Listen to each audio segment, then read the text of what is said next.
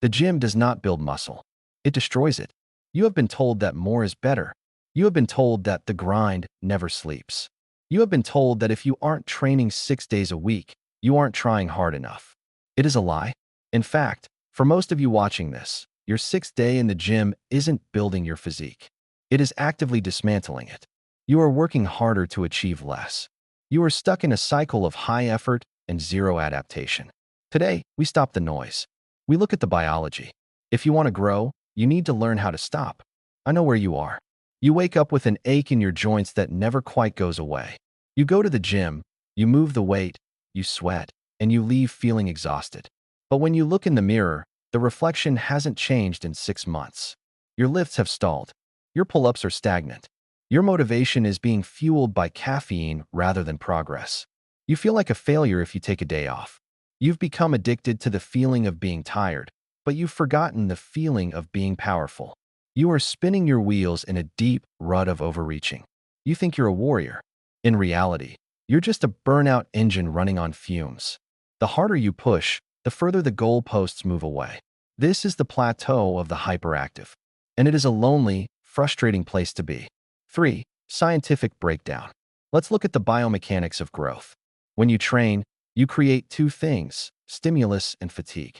Think of your body as a construction site. Training is the demolition crew. They come in and tear down the old, weak structure. Recovery is the building crew. They come in to rebuild the structure, but this time, they make it stronger and more resilient to withstand the next demolition. Here's the problem. The demolition crew only needs 60 minutes to do their job. The building crew needs 48 to 72 hours. When you train 6 days a week, you are sending the demolition crew back to the site before the building crew has even finished the foundation. You are tearing down a half-built wall. Over time, you don't end up with a skyscraper. You end up with a pile of rubble.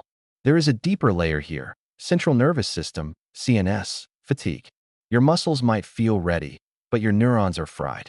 Your brain sends electrical signals to your muscles to contract.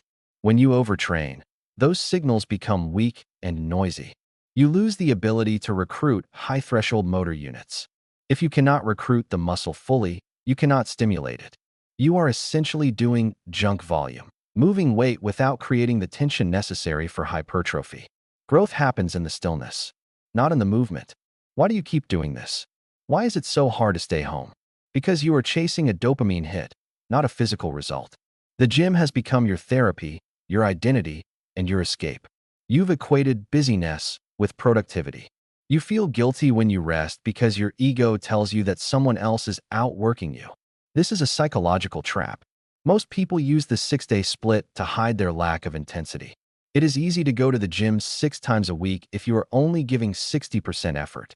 It is much harder to go 3 times a week and give 100%. You are choosing the quantity of your days over the quality of your sets. You are training for the checked box on your calendar, not for the mechanical tension in your muscle fibers. Impatience is the enemy of biomechanics. You want the body today, so you overwork today, ensuring you never get the body tomorrow.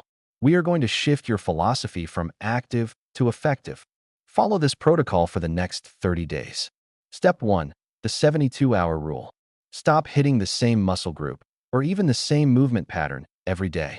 If you do a heavy calisthenics push session on Monday, do not touch a dip bar or a handstand until at least Thursday. Give the building crew time to finish the wall. Step 2. Track performance, not fatigue. Stop asking, how tired am I? Start asking, am I stronger? If you cannot add 1 rep or improve your form from the previous session, you haven't recovered. If your numbers are stagnant, add a rest day. Don't add a set. Step 3. Master the quality threshold. Reduce your training to 3 or 4 days a week. When you are in the gym, every rep must be perfect. Since you have more recovery time, you have more neurological energy. Use it. Treat every set like a high-stakes performance. Step 4. Monitor your resting heart rate. If your morning heart rate is 5 to 10 beats higher than usual, your CNS is under stress. Stay home. The gym will be there tomorrow. Your health might not. A Ferrari is not impressive because it is driven 24 hours a day. It is impressive because of the precision of its arm.